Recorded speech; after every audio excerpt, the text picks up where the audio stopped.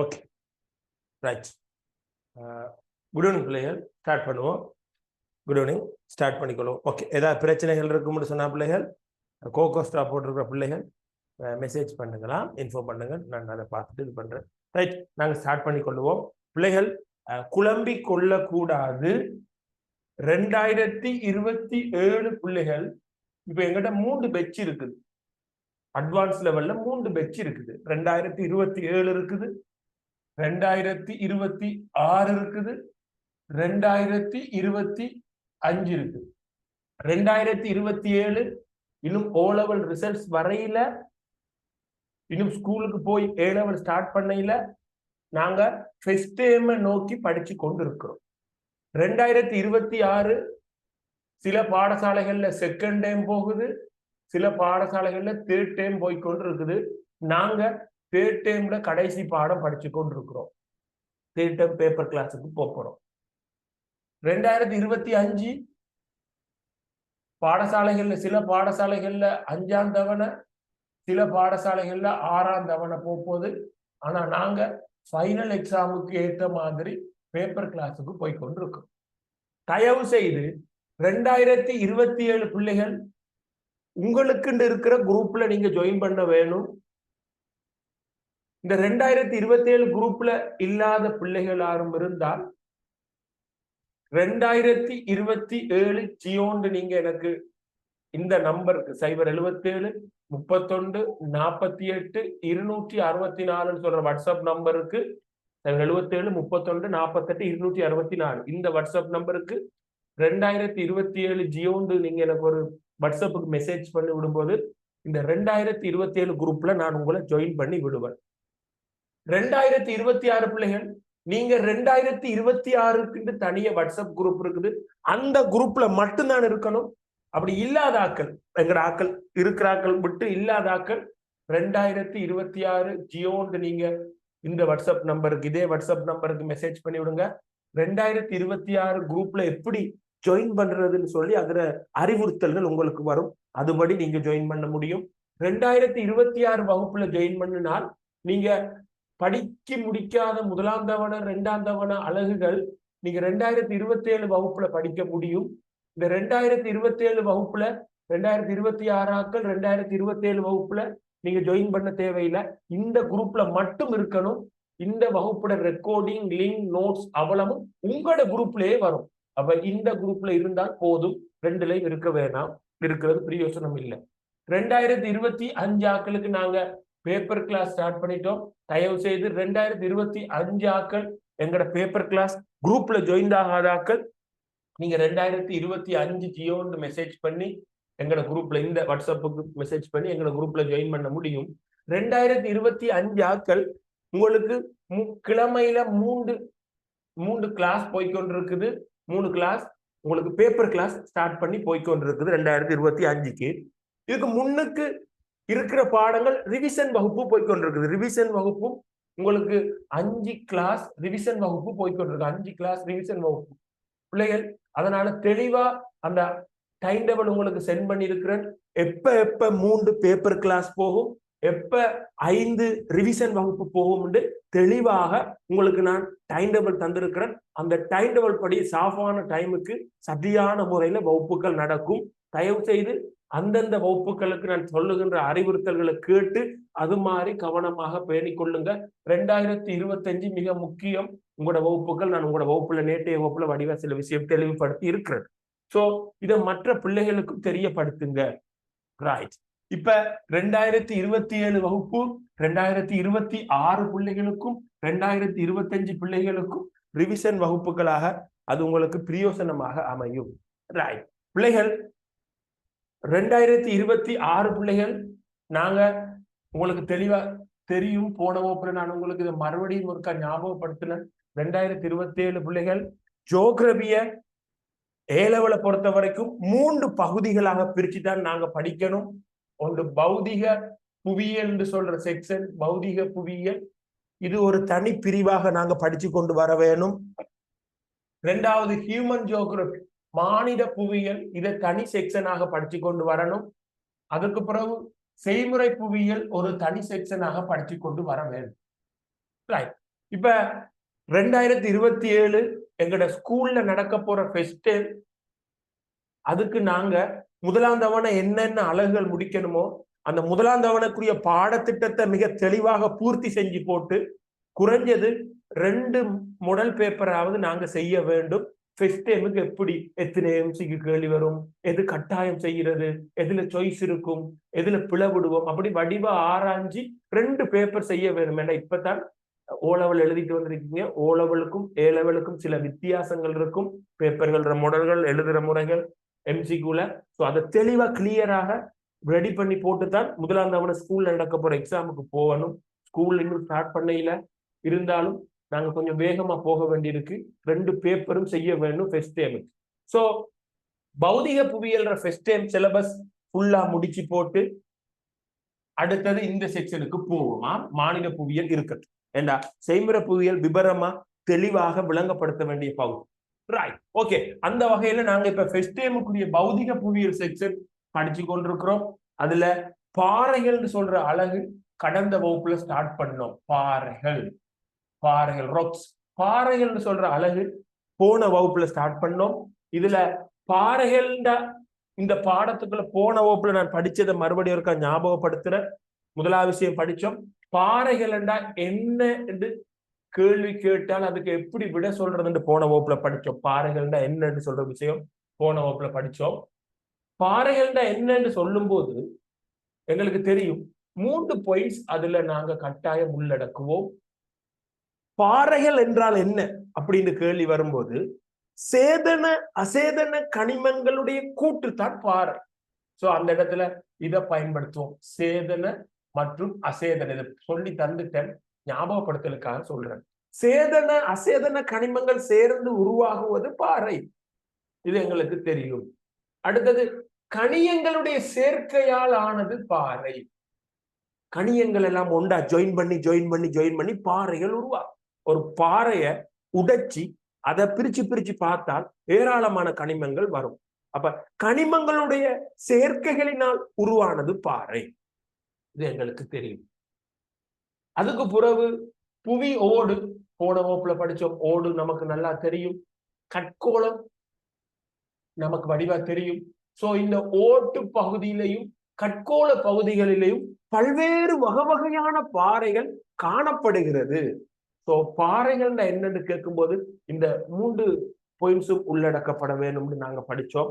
Right, அதுக்கு முன்னுக்கு பாறைகள்னு சொல்ற பாடத்துக்குள்ள நாங்க படிக்கிற செக்ஷன்கள் 3 விடயங்கள் இருக்குன்னு உங்களுக்கு நான் சொன்னேன்.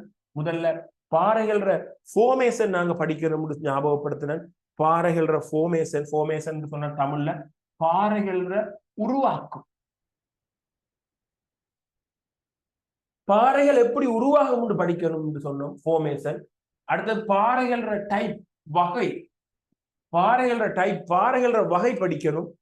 அதுக்கு பிறகு பாறைகள்ற கேரக்டர்ஸ், பண்புகள் படிக்கணும். உங்களுக்கு ஞாபகம் இருக்கும், பாறைகள்ற உருவாக்கம், பாறைகள்ற வகை, பாறைகள்ற பண்புகள் நாங்க படிக்க வேணும். முதலாவது பாறைகள்ற உருவாக்கமும் பாறை என்றா என்னங்கிறதும் ஒன்று. பாறைகள்ற உருவாக்கம்னு சொல்லும் போது இதுதான் பாறைகள்ற உருவாக்கம். சோ போன வகுப்புல பாறைகள்ற உருவாக்கம் படிச்சுட்டோம். பாறைகள்டா என்ன, பாறைகள்ற உருவாக்கம் ரெண்டும் சேம். அது போன வகுப்புல ஞாபகப்படுத்திட்டோம். ரைட், 2வது விஷயம் நாங்க படிக்க ஸ்டார்ட் பண்ணிட்டோம். இது நாங்க படிச்சுட்டோம், அது ஒரு சின்ன விடயம். இந்த பாறைகள்ற வகை போன வகுப்புல நாங்க படிக்கிறதுக்கு ஸ்டார்ட் பண்ணிட்டோம். ரைட், அந்த வகையில பாறைகளை 3ஆ பிரிச்சோம். பாறைகளை 3ஆ நாம பிரிச்சு வச்சிருக்கிறாங்க, அதை நாங்க படிக்க போறோம். சோ உலகத்துல எந்த நாடுகள்ல பாறைகளை கற்றுக்கொள்றது அல்லது கற்பிக்கிறன்னு சொன்னாலும் 3 விதமா பாறைகளை வகைப்படுத்தி தான் கற்றுக்கொள்றாங்க, கற்பிக்கப்படுது. சோ பாறைகள் 3 வகை, 3 டைப் ஆஃப் ராக். ஒன்று தீப்பாறை, தீப்பாறை. 2வது அடையல் பாறை, 3வது உருமாறிய பாறை. பாறைகள் 3 வகை: தீப்பாறை, அடையல் பாறை, உருமாறிய பாறை. தீப்பாறை, அடையல் பாறை, உருமாறிய பாறை. உங்களுக்கு விளங்க வேணும், வடிவா தெரிய வேணும். பாறைகளை இப்படி 3 வகைப்படுத்தி இருக்கிறாங்க. அதை படிக்க போறோம். உங்களுக்கு விளங்க வேணும், என்னத்தை பேஸ் பண்ணி, என்னத்திர அடிப்படையில தீப்பாறை, அடையல் பாறை, உருமாறிய பாறை, இப்படி 3ஆக பாறைகளை வகைப்படுத்தி இருக்காங்க. என்னத்திர அடிப்படையில, என்னத்தை பேஸ் பண்ணி பாறைய இப்படி 3ஆ பிரிச்சிருக்கிறாங்க, வகைப்படுத்தி இருக்கிறாங்கன்னு அந்த எண்ணத்திர அடிப்படையில பாறையை வகைப்படுத்தி இருக்காங்க. அது தெரிஞ்சிருக்க வேணும். சோ பாறைகள ஃபோர்மேஷன் அடிப்படையில தான் பாறைகளை தீப்பாறை, அடையல் பாறை, உருமாறிய பாறைன்னு பிரிச்சிருக்காங்க. ஃபோர்மேஷன் மீன் பாறைகளுடைய உருவாக்கம், தோற்றம். அப்ப இது உங்களுக்கு விளங்கணும். பாறைகள தோற்றம் அல்லது உருவாக்கத்திற அடிப்படையில பாறையை 3 வகையா பிரிச்சு படிக்க போறோம், படிச்சு கொண்டிருக்கிறோம். சோ பாறைகள் உருவாகிற விதம், பாறைகள் தோன்றுகின்ற விதம், பாறைகள் பிறக்கின்ற விதம், அந்த அடிப்படையில பாறைகள் 3 வகை: தீப்பாறை, அடையல் பாறை, உருமாறிய பாறை. சோ போன வகுப்புல இந்த தீப்பாறை எப்படி உருவாகுதுன்னு படிச்சோம். தீப்பாறையில உருவாக்கம் படிச்சோம். தீப்பாறை எப்படி உருவாகும்னு போன வகுப்புல படிச்சோம். புவியிட மேற்பரப்பு இருக்குது. தீப்பாறை உருவாக்கம் மறுபடியும் ஞாபகப்படுத்துற 2026, 25 நீங்க வெள்ளனே படிச்ச பாடங்களா இருக்கலாம். ஆனா 2027ன்றதால நான் திரும்ப அந்த பிள்ளைகளுக்கு சொல்லி கொடுத்து பாடமாக்க வைக்க வேண்டிய தேவை இருக்குது. அதனால சில விஷயத்தை திரும்ப சொல்லி கொண்டிருப்பேன். அது உங்களுக்கும் நலம், கற்றுக்கொள்ள முடியும், பாடமாக்க முடியும். சோ தீப்பாறையோட உருவாக்கம் போன வகுப்புல வடிவாக சொல்லி தந்தன். ரைட். எந்த ஒரு பாறையும் உருவாக்கம் படிக்கிறது படிக்கும்போது எந்த ஒரு பாறையோட உருவாக்கத்தை பத்தி விபரமா கதைக்கும் போது, விபரமா விட எழுதும் போது நாங்க கவனிக்க வேணும், அந்த பாறை எண்ணத்துல இருந்து உருவாகும். நாங்க படிச்சோம், அதுல சோர்ஸ், மூலம். ஒரு பாறை எண்ணத்துல இருந்து அதுக்கு என்ன நடந்து உருவாகும் படிச்சோம். ரொட்டி எதுல இருந்து உருவாகும்? மாவுக்கு என்ன நடந்து ரொட்டி வரும்? சூடேற்றப்பட்டு ரொட்டி வரும். மாவை தோசைக்கல்ல ரொட்டிக்கல்லையே போட்டு ஹீட் பண்ணுவாங்க, ரொட்டி வரும். சோ ரொட்டியிட சோர்ஸ், மூலப்பொருள். அப்ப எங்களுக்கு விளங்க வேணும், தீப்பாறையிட சோர்ஸ் என்ன? ரொட்டியிட சோர்ஸ் ரொட்டியிட மூலம் தீப்பாறையிட மூலம் என்னன்னு எங்களுக்கு தெரியணும். போன வகுப்புல உங்களுக்கு நான் சொல்லி தந்தேன். தீப்பாறையிட மூலம் மக்மான்னு சொல்ற ஒரு விடயம் தான் தீப்பாறையிட மூலம். சோ அந்த மக்மாவை பத்தி போன வகுப்புல ஆழமாக இல்ல, ஒரு மேலோட்டமாக படிச்சோம். மக்மான்னு சொல்றது பூமியில உட்பகுதியில இருக்கும் மக்மா. இந்த மக்மாவை தமிழ்ல பாறை குளம் என்று சொல்லுவாங்க. மக்மா தமிழ்ல பாறை குளம் என்று சொல்லி இந்த மக்மாவை சொல்றது. சோ நாங்க மக்மான்னு ஆங்கில சொல் மக்மாவே கதைப்போம். மக்மாட தமிழ் பாறை குளம். சோ பூமிக்கு உள்ளதான் இந்த தீப்பாறைகளை உருவாக்குற மக்மா இருக்கிறார்.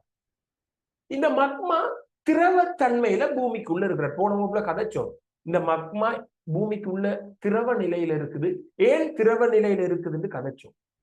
என்றால் பூமிக்குள்ள வெப்பம் கூட, அதனால மக்மா திரவ நிலையில இருக்கிறார். சோ திரவ நிலையில காணப்படுற மக்மா பூமிக்கு வெளியே வரும். சோ அது வெளியே வர்றதுக்கு இடைவெளி தேவைப்படும் படிச்சோம். புவியின் உட்பகுதியில் காணப்படுகின்ற மக்மாவானது இன்னும் கொஞ்சம் வடிவா, புவியின் உட்பகுதியில் திரவ நிலையில் காணப்படும் மக்மாவானது புவியின் ஓட்டு பகுதியில் காணப்படும். இதுதானடா ஓடு, மேல இருக்கிற மெல்லிஸ் தானடா ஓடுன்னு படிச்சோம். புவியின் ஓட்டு பகுதியில் காணப்படும் இடைவெளிகளினூடாக வெளியே வந்து மக்மா பூமிக்கு வெளியே வந்து என்ன நடக்கும் சொன்னால், மக்மாக்கு குளிர்வடையும், குளிர்ச்சி அடையும். மக்மா வெளியே வர மக்மா குளிர்ச்சி அடைந்து உருவாகிறது தான் தீப்பாறை. சோ மக்மா வடிவா கதைக்க வேணும் பிள்ளைகள், குளிர்வடையும்.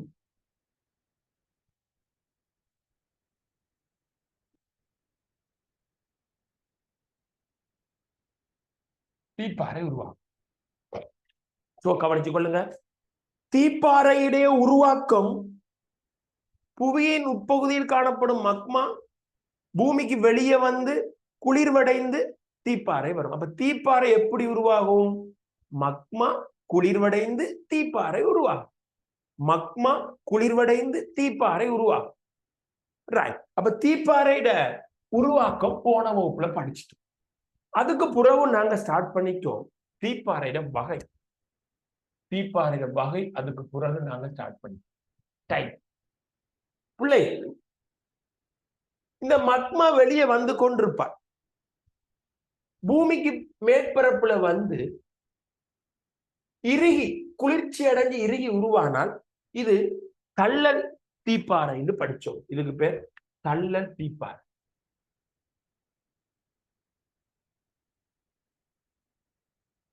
தள்ளல் தீப்பாறைன்னு படிச்சோம். சில நேரம் பிள்ளைகள் இந்த பூமிக்கு உள்ள இருந்து வார மக்மா குழம்பு பிள்ளைகள் சில நேரம் பூமிக்கு வெளியே வர்றதுக்கு சந்தர்ப்பம் இருக்காது, தடைகள் வரும். இப்ப ஒரு கடினமான ஒரு பாறை இதுல தடுத்துட்டுன்னு சொன்னால் இந்த மக்மா வெளியே வராம அந்த பாறைக்குள்ள எங்கேயாவது கேப் இருந்தா அதுக்குள்ள போய் நிறைஞ்சிடும். விலங்குதானே கதைக்கிறது. இந்த உள்ள இருந்து இந்த மக்மா வெளியே வரும்போது பிள்ளைகள் பூமிக்கு வெளியே மக்மா வர்றதுக்கு முன்னுக்கு எங்கேயாவது கேப் இருந்தால் அதுக்குள்ள போய் அந்த மக்மா இறுகி கட்டியா போயிடும். சோ பூமிக்கு கொஞ்சம் உள்ளையும் மக்மா இறுகி பாறைகளை உருவாக்கும். அதை சொல்றது தலையிட்டு தீப்பார். இதை சொல்ற பிள்ளைகள் தலையிட்டு தீப்பார். சோ புவியிட வெளிய கண்ணால பார்க்கக்கூடிய மாதிரி புவியிட மேற்பரப்புல மக்மா இறுகி பாறைகள் உருவானால் அது தள்ளல் தீப்பாறை.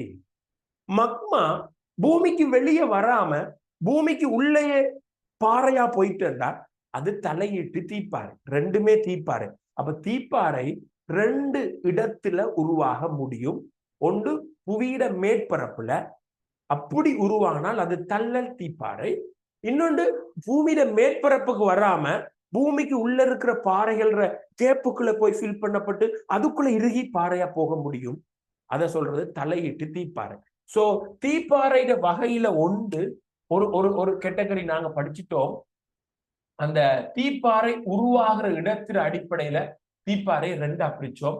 ஒன்று தள்ளல் தீப்பாறை, இரண்டாவது தலையீட்டு தீப்பாறை. தள்ளல் தீப்பாறை, தலையீட்டு தீப்பாறை. இப்ப இந்த தலையீட்டு தீப்பாறை நல்லா கவனிச்சு கொள்ளுங்க. தலையீட்டு தீப்பாறைன்னு சொல்றது பூமிக்கு வெளியே வராம பூமிக்கு உள்ள உருவாகுவார். சில நேரங்கள்ல தலையீட்டு தீப்பாறை கொஞ்சம் ஆழத்திலையும் உருவாகும். பிள்ளைகள் இப்ப பார்க்க வேணும், இதுவும் தலையீட்டு தீப்பாறை தான். இதுவும் தலையீட்டு தீப்பாறை தான். பூமியில உட்பகுதியில மக்மா கட்டியாகி உருவானால் அது தலையீட்டு தீப்பாறை தான். சோ இவரும் தலையீட்டு தீப்பாறை, இவரும் தலையீட்டு தீப்பாறை. ஆனால் இவர் கொஞ்சம் மேலால இருக்கிற தலையீட்டு தீப்பாறை. புவியில மேற்பரப்புல இருந்து கொஞ்சம் மேலால. இவர் கொஞ்சம் ஆழத்தில் இருக்கிற தலையீட்டு தீப்பாறை. சோ இந்த தலையீட்டு தீப்பாறையில ரெண்டு டைப் இருக்கு. இது போனவங்களை படிச்சுட்டோமா? தலையீட்டு தீப்பாறையில ரெண்டு டைப். இது கீழ் பாதாள பாறை. இதை சொல்றது கீழ் பாதாள பாறை. மாறி எழுதிடக்கூடாது. கீழ் பாதாள பாறை. இதை சொல்றது பாதாள பாறை. சோ தலையீட்டு தீப்பாறை ரெண்டு டைப். பூமியில கொஞ்சம் ஆழத்துல உருவானால் கீழ் பாதாள தலையீட்டு தீப்பாறை. இது ரெண்டாவது டைப். தலையீட்டு தீப்பாறை ரெண்டாவது டைப் பாதாள தலையீட்டு தீப்பாறை. பிள்ளைகள் இந்த பாதாள தலையீட்டு தீப்பாறைகள் சில நேரங்கள்ல பிள்ளைகள் பெரும் ஒரு பகுதியில ஏரியாவுல ஒரு பெரும் பகுதியில இந்த மக்மா இறுகி ஒரு பெரிய ஏரியா ஃபுல்லா பாதாள தீப்பாறை உருவாகி இருந்தா அதை பதோலித்துன்னு சொல்லுவாங்க. பதோலி. அதுலதான் பெரிய பெரிய மலைகள் வேர்கள் வந்து நிற்கும். அந்த பதோலித்துலதான் ஃபிட் பண்ணப்பட்டிருக்கும். சோ தீப்பாறையுடைய வகைய முதல்ல நாங்க படிக்கிறோம். இடத்தின் அடிப்படையில தீப்பாறையை ரெண்டா பிரிச்சுட்டோம். தள்ளல் தீப்பாறை, தலையீட்டு தீப்பாறை. இந்த தலையீட்டு தீப்பாறையும் ரெண்டா பிரிச்சுட்டோம். ஒன்று பாதாள பாறை. நம்ம கீழ் பாதாள பாறை முதல்ல கீழ் பாதாள பாறை, அடுத்தது பாதாள பாறை. ஓகே, இவ்வளவும் கடந்த வகுப்புல படிச்சோம். நான் மறுபடியும் ஞாபகப்படுத்தி கொண்டிருக்கிறேன். நாங்க இனி அடுத்ததுக்கு போகலாம். சரி, இவ்வளவு உங்களுக்கு விளங்கி இருக்கும். ரைட், அடுத்த விஷயத்துக்கு போவோம். ரைட், இந்த போர்டு கொஞ்சம் கிளியர் ஆக்கி கொள்றோம்.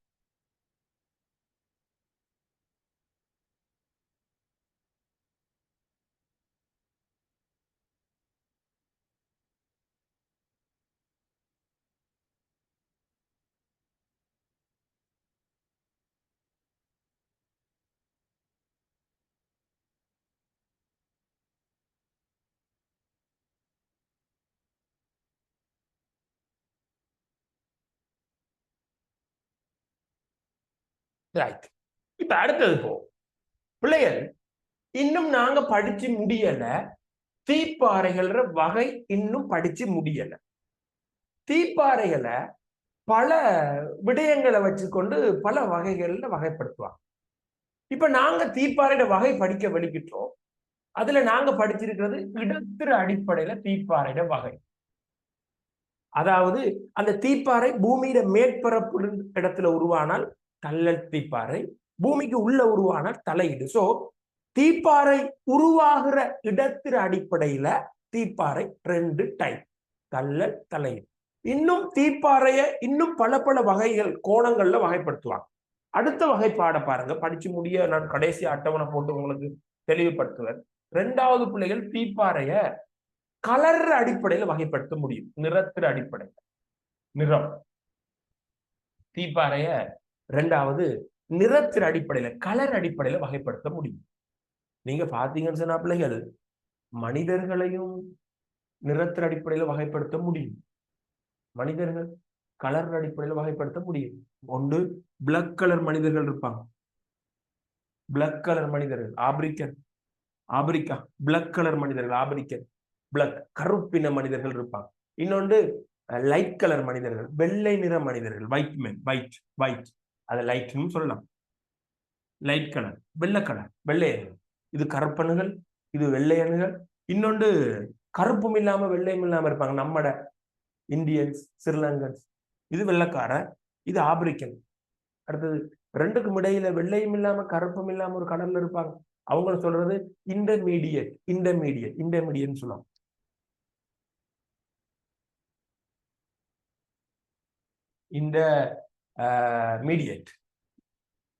இன்டர்மீடியட் மத்திம கலர். அந்த 2க்கும் நடுவுல இருக்கிற கலர், பொது கலர். நம்ம ஆட்கள் இன்டர்மீடியட் சொல்லுவாங்க. இன்டர்மீடியட். ரைட். இப்ப பாறைகளையும் கலரை வச்சுக்கொண்டு 3 வகைப்படுத்த. மனுஷனை வெள்ளக்கார, கருப்பினத்தான், மத்திம கலர்காரன் 3ஆ பிரிச்ச மாதிரி பாறைகளையும் அந்த பாறைகள் கலரை வச்சுக்கொண்டு 3 வகைப்படுத்தலாம். எந்த பாறைய? தீப்பாறைய. நல்லா கவனிச்சு கொள்ளுங்க. தீப்பாறைய கலர் அடிப்படையில 3 வகைப்படுத்தலாம். இத வடிவா பார்க்க வேண்டும். தீப்பாறைய கலர் அடிப்படையில 3 வகைப்படுத்தலாம். ஒன்று பிளாக் கலர் பாறை, தமிழ் எழுதுற கருமை நிற பாறை. பிளாக் கலர் கருமை நிற பாறை. ஒன்று கருமை நிற பாறை. ரைட். 2வது கவனிச்சு கொள்ள வேண்டும். 2வது லைட் கலர், மென்னிற பாறை. வெள்ளை கலர், மென்னிறம். லைட் கலர், மென்னிறம். 3வது பிள்ளைகள்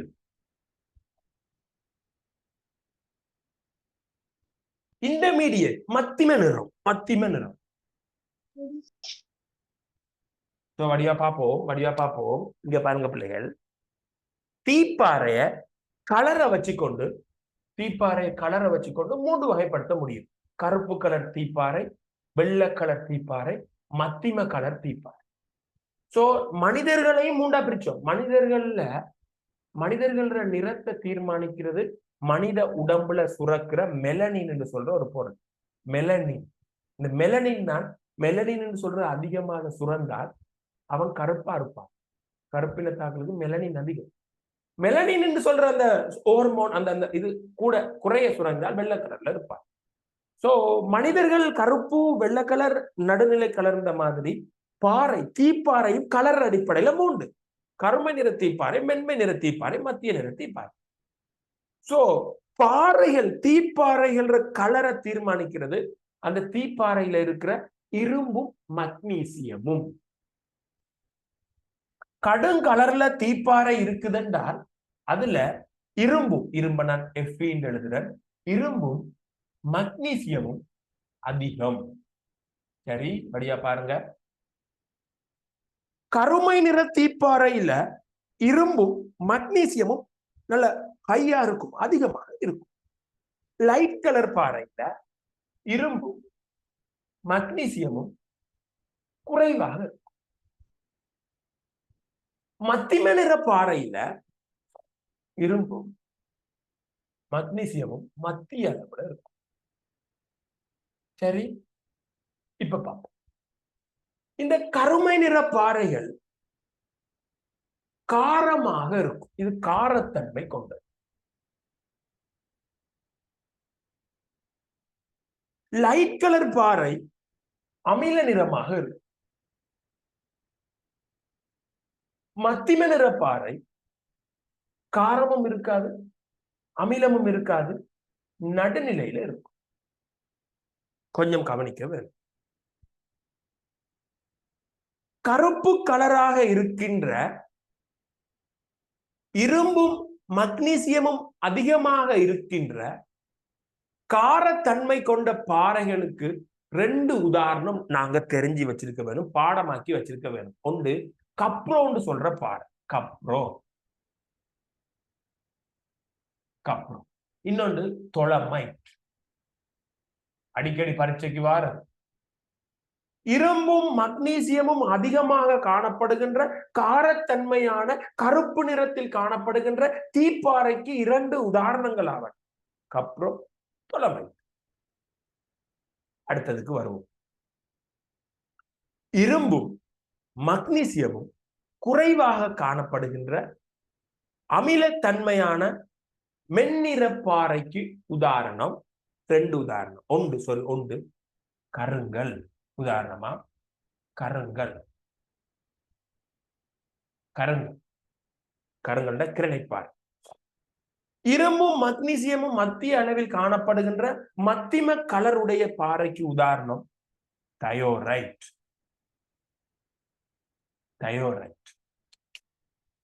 நல்லா கவனிச்சு கொள்ள வேணும் வடிவா. தீப்பாறைகள் வகை இன்னும் முடியல, இன்னும் ஒன்றோட முடிய போகுது. தீப்பாறை பிள்ளைகள் பாறைகளை 3ஆ பிரிச்சுட்டோம் பிள்ளைகள். தீப்பாறை, அடையல் பாறை, உருமாறிய பாறை. என்னத்தை பேஸ் பண்ணி பாறைகளை 3ஆ பிரிச்சிருக்கிறோம்? பாறைகள் உருவாகிற விதம், பாறைகள் தோற்றம் பெறுற விதத்தில். அதுக்கு பிறகு என்ன படிச்சு கொண்டிருக்கிறோம்? தீப்பாறைகள் என்றால் என்ன, அது எப்படி உருவாகும், எதுல இருந்து என்ன நடந்து தீப்பாறை உருவாகும். மக்மாவுல இருந்து மக்மா குளிர்வடைந்து தீப்பாறை உருவாகும்.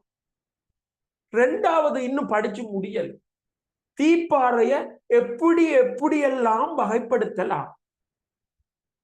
3 விதங்கள்ல வகைப்படுத்த முடியும் தீப்பாறை. ஒன்று, அந்த தீப்பாறை உருவாகிற இடத்திற அடிப்படையில, இதுதான் கல்லல் தலையில்.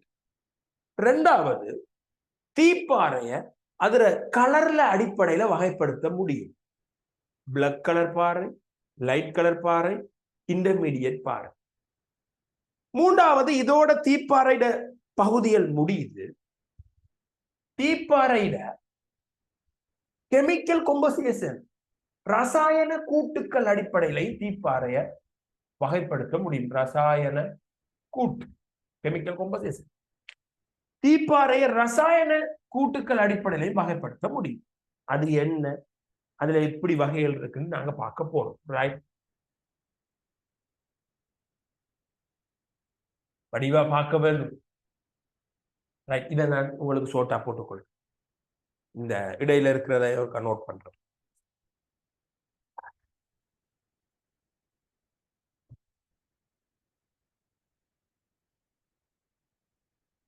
Right, okay. இத பாரு, நிறத்தின் அடிப்படையில 3: கருமை நிறப்பாறை, மென்னிறப்பாறை, அடுத்தது என்னடா நடுநிலை மத்திம நிறப்பாறை. ரைட், அடுத்தது கெமிக்கல் கம்போசிஷன், அதாவது ரசாயன கூட்டு அடிப்படையில். பிள்ளைகள், தீப்பாறையில இருக்கிற பிரதானமான கெமிக்கல் ரசாயனம் இரும்பும் சிலிக்கனுமா? இரும்பும் சிலிக்கன். இரும்பும் சிலிக்கனும் தான் தீப்பாறையில இருக்கிற கெமிக்கல். சில தீப்பாறையில அதிக அளவு இரும்பு இருக்கும், சில தீப்பாறையில சிலிக்கன் அதிக அளவு இருக்கும். இந்த ரெண்டும் தான் மேஜரா தீப்பாறையில இருக்கும். இப்ப தீப்பாறை வந்து பிள்ளைகள் மக்மாவுல தான் இருக்கும். மக்மாவுல இருக்கும். மக்மாவுல இருந்தா தீப்பாறை வரும். சோ மக்மாவுல 2 விதமான மக்மா இருக்கும் பிள்ளைகள்.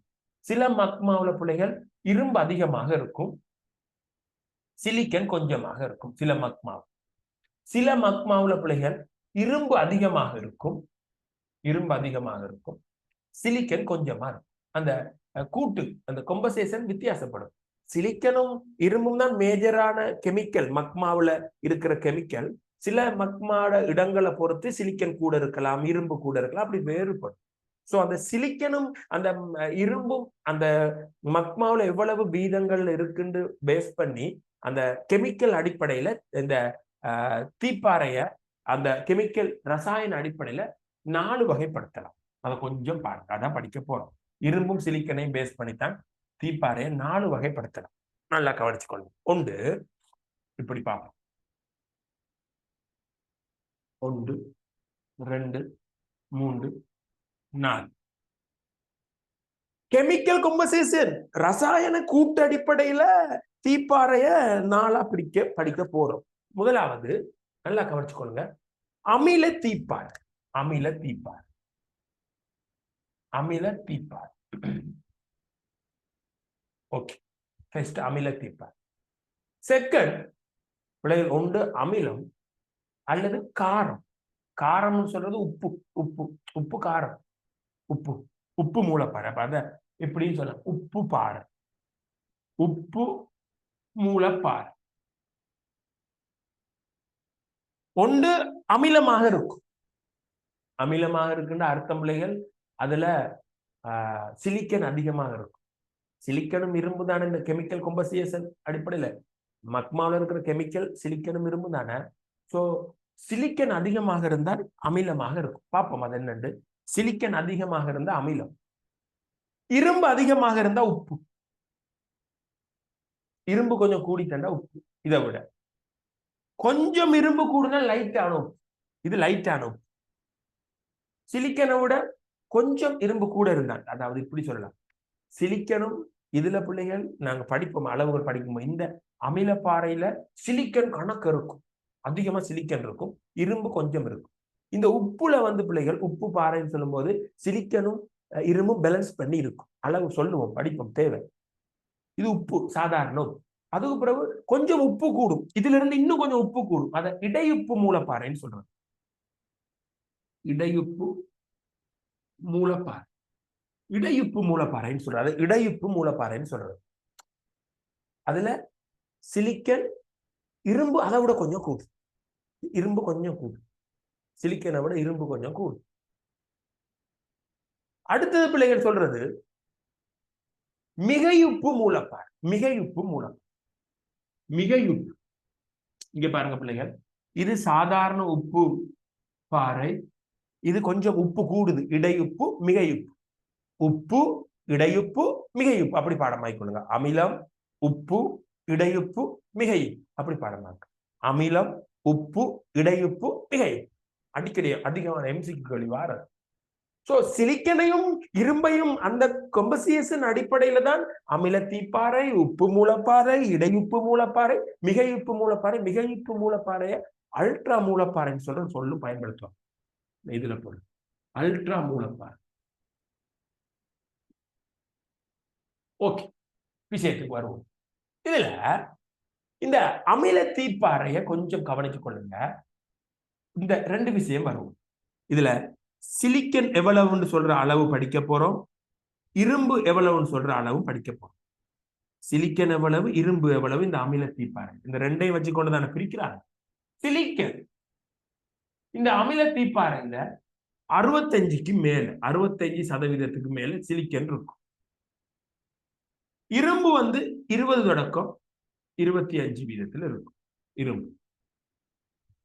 சோ அமில தீப்பாறையில சிலிக்கன் 65% மேல, இரும்பு 20 தொடக்கம் 25, 65 வீதத்துக்கு மேல் எபோவ்.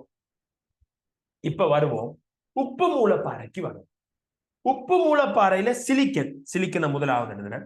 உப்பு மூலப்பாறையில சிலிக்கன் 55 விட குறைவு, 55 வீதத்தை விட குறைவு. இரும்பு 45 வீதம் அளவுல இருக்கும், கூடவும் இல்லை குறையும் இல்லை, 45 பேலன்ஸ்ல இருக்கும், 45 அளவுல இருக்கும். ரைட். இடையுப்பு மூலப்பாறைக்கு போகும். இடையுப்புல சிலிக்கன் 65 தொடக்கம் 65, அது வேரியேஷன் தான் இருக்கு, 65ல இருந்து 55 வரைக்கும் இருக்கு. இதுல இரும்பு எவ்வளவுன்னு நமக்கு பாடத்துல போடப்பட இல்லை, அதனால அது தேவைப்படாது. இரும்பு அளவு இதுல போடப்பட இல்லை. இடையுப்பு மூலப்பாறை. ரைட். மிகையுப்பு மூலப்பாறையில சிலிக்கன் 45 வீதம், அப்படி அந்த பேலன்ஸ்ல சொல்லி 45க்கும் குறைய இருக்குமா, 45க்கும் குறை. சிலிக்கன் 45க்கும் குறை. இரும்பு 50க்கும் மேல. இது பாடமாக்க வேணும், மேல இருக்கும் 50 வீதத்துக்கும் மேல. இங்க பார்க்க வேணும் இந்த அமிலத்தன்மையான தீப்பாறைக்கு உதாரணம் 3 உதாரணம் நம்மட பாடத்திட்டத்துல போடப்படும், பாடமாக்க வேண்டும். ஒன்று கருங்கல், இன்னொன்று தயோரைட், இன்னொன்று ஒப்சிடியன்.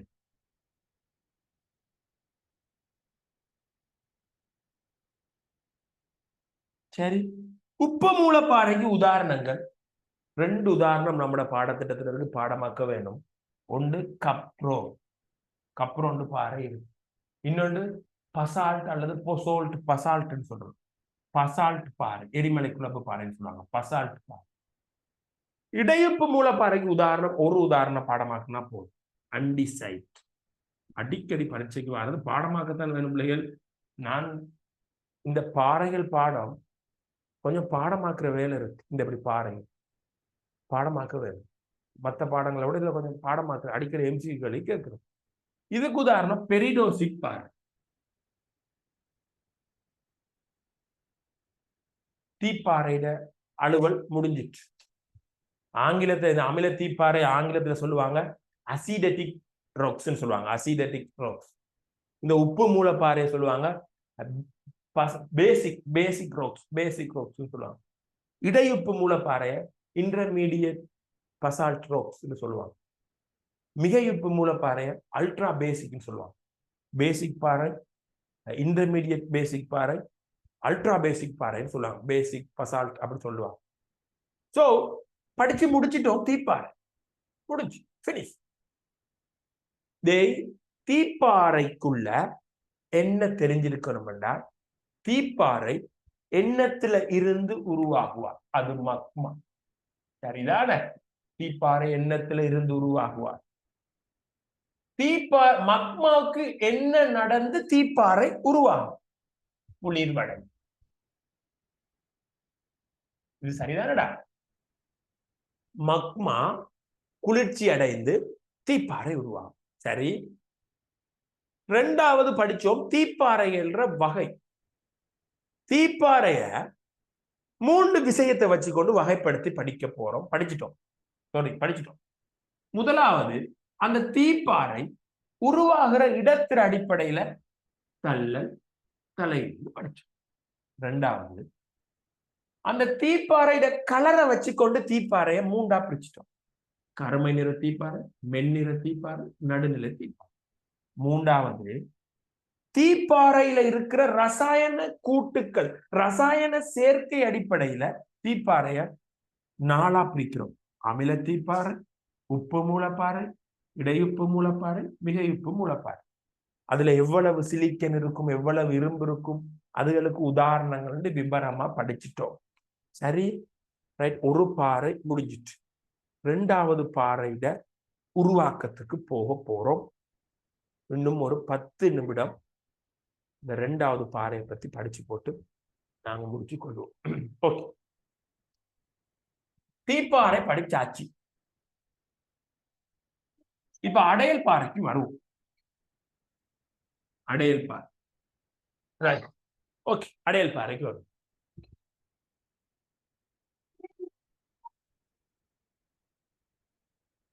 முதலாவது விஷயம், இந்த அடையல் பாறை உருவாக்கம்.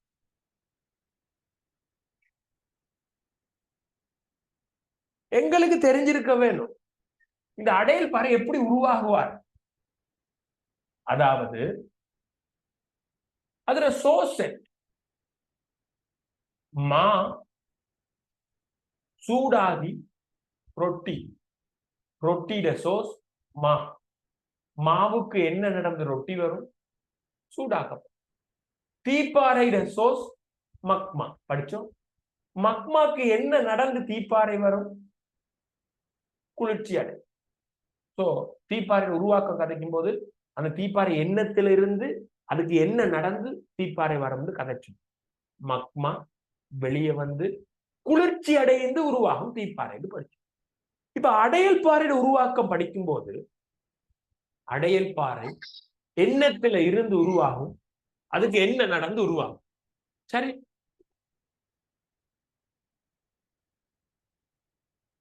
ரைட். அடையல் பாறை பிள்ளைகள் அதுல மூலம் கவனித்துக் கொள்ளுங்க. அடையல் பாறையோட மூலம் முதல்ல அடையல் பாறை எண்ணத்துல இருந்து உருவாகும்னு பாருங்க. இது ஈஸி. அடையல்கள்ல இருந்து உருவாகும். சோ அந்த அடையல்கள் என்ன, அது எப்படி, அது இருக்கட்டும். அடையல் பாறையோட சோர்ஸ், அடையல் பாறையோட மூலம் என்னன்னு தெரிஞ்சிருக்கணும். அடையல் பாறையோட சோர்ஸ், அடையல் பாறையோட மூலம் அடையல்கள். அடையல்கள் ஓகே. தீப்பாறையோட சோர்ஸ் மக்மா. அடையல் பாறையோட சோர்ஸ் அடையல். அடையல் பாறைக்கு என்ன நடந்து அடையல் பாறை வரும்? சாரி, அடையல்களுக்கு என்ன நடந்து அடையல் பாறை வரும்? இதுல கொஞ்சம் விஷயம் நடக்கும். என்னன்னு சொல்றது, கவனமா கேட்க வேண்டும். அடையல்கள் முதல்ல கொண்டு செல்லப்படும்.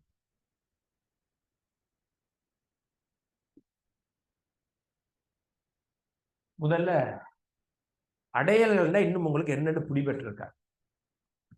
சின்ன சின்ன கல்லுகள், மண் துணிக்கைகள், களிமண், விலங்குகள், செத்த விலங்குகள் பாகங்கள்,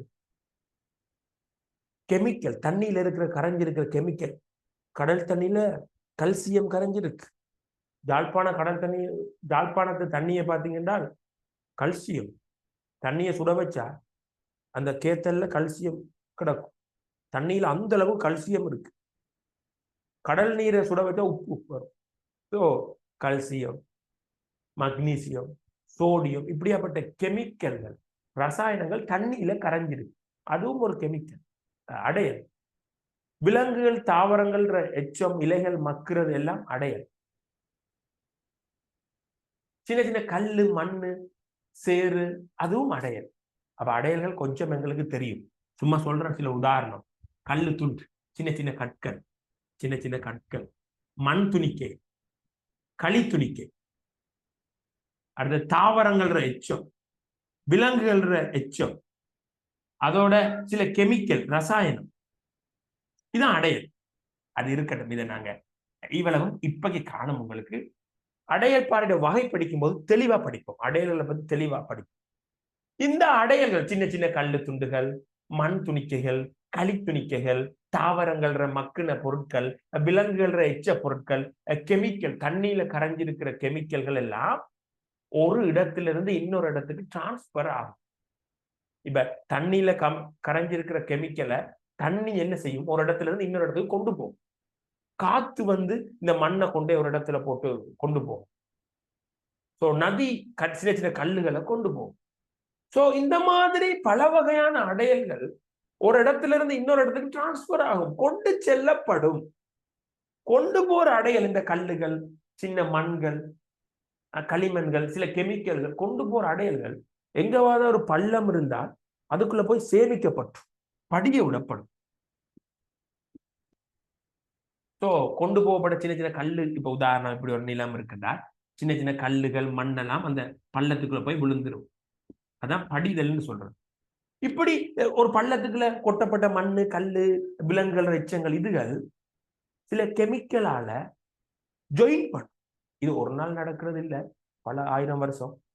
இந்த சின்ன சின்ன அந்த அடையெல்லாம் ஒரு பள்ளத்துக்குள்ள நிறைஞ்சி அது சில கெமிக்கல் கம்போசிஷன், சில ரசாயன கூட்டுகளால அதெல்லாம் ஜாயின் பண்ணும், ஒட்டம். அதுக்கு பிறகு இதெல்லாம் ஒட்டுன இந்த சின்ன சின்ன மண்ணு, தூசிகள், அந்த விலங்குகள் எச்சமெல்லாம் ஒட்டி அது பாறையா போயிடும். ஒட்டி இறுகி பாறையா போயிடும்.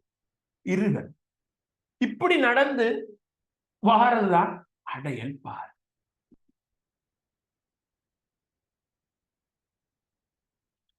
நல்லா கவனிக்க வேணும்.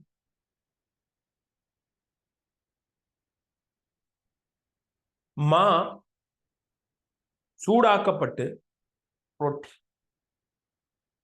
மா அதான் சோஸ், மூலம். இந்த இடத்துல சோஸ், அடையல் பாறையோட சோஸ் அடையல். மா நல்லா குழப்பி, நல்ல எண்ணெயில பிரட்டி போட்டு, நல்லா தட்டி போட்டு சூடாக்கி வாரது ரொட்டி. இந்த அடையல்கள் கொண்டு செல்லப்பட்டு படிய விடப்பட்டு ஒட்டி இறுகி உருவாகிறது தான் அடையல் பாறை. சோ அடையல் பாறையோட உருவாக்கம் என்றால், அடையல் பாறைண்டா என்னென்றால் ரெண்டும் சேம். எப்படி பல்வேறுபட்ட அடையல்கள் கொண்டு செல்லப்பட்டு படிய விடப்பட்டு ஒட்டி இறுகி அடையல் பாறை உருவாகும். நான் இப்ப சொல்ல போறது 2026க்கும் 2025க்கும் தெரியும், 2027க்கு தெரியாது, ஒரு பிரச்சனையும் இல்லை. இந்த அடையல் பாறையை கொண்டு போற ஆட்கள் யாரென்றால் புறவிசைகள் என்று சொல்ற ஆட்கள். செகண்ட் டைம்ல படிச்சு முடிச்சோம். புறவிசை, நதி, காத்து, கடல் அலை, பனிக்கட்டியாறு, இதுதான் அடையல்களை கொண்டு போற ஆட்கள். தெரியும், இப்ப உங்களுக்கு விளங்கி இருக்கும். சோ அடையல்கள் கொண்டு செல்லப்பட்டு படிவு செய்யப்பட்டு ஒட்டி இறுகி உருவாகிறது அடையல் பாறை.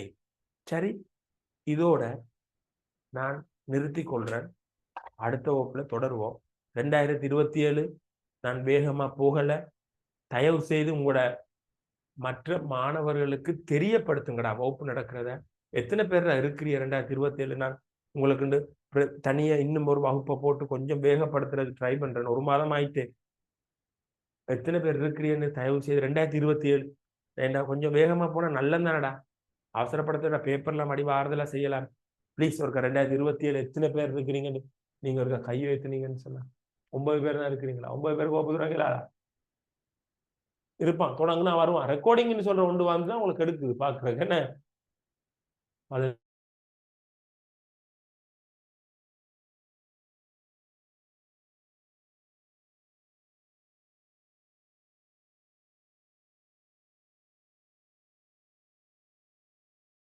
15 பேர் இருக்கிறான். ஓகே ரைட், 16 பேர். ஓகே பிள்ளைகள், பிரச்சனை இல்லை. Okay right. ஓகே பிள்ளைகள், குட் நைட். அடுத்த வகுப்புல சந்திப்போம். அதான் டைம் டேபிள் நான் கொஞ்சம் இப்போ எக்ஸாம் வச்சுக்கு நாங்கள் கொஞ்சம் பிள்ளைகள் பிஸியா இருக்கிறோம். பேப்பர்கள் செட் பண்றது, அவங்களுக்குரிய கிளாஸ் கொஞ்சம் பிஸியா இருக்கிறோம். பரவாயில்ல, இன்னொரு வகுப்பு நான் போட்டுக்கொள்றேன். இன்னும் கொஞ்சம் வெயிட் பண்ண விட்டு போட்டுக்கொள்றேன். Okay, good night. அடுத்த வகுப்புல சந்திப்போம். ரைட்.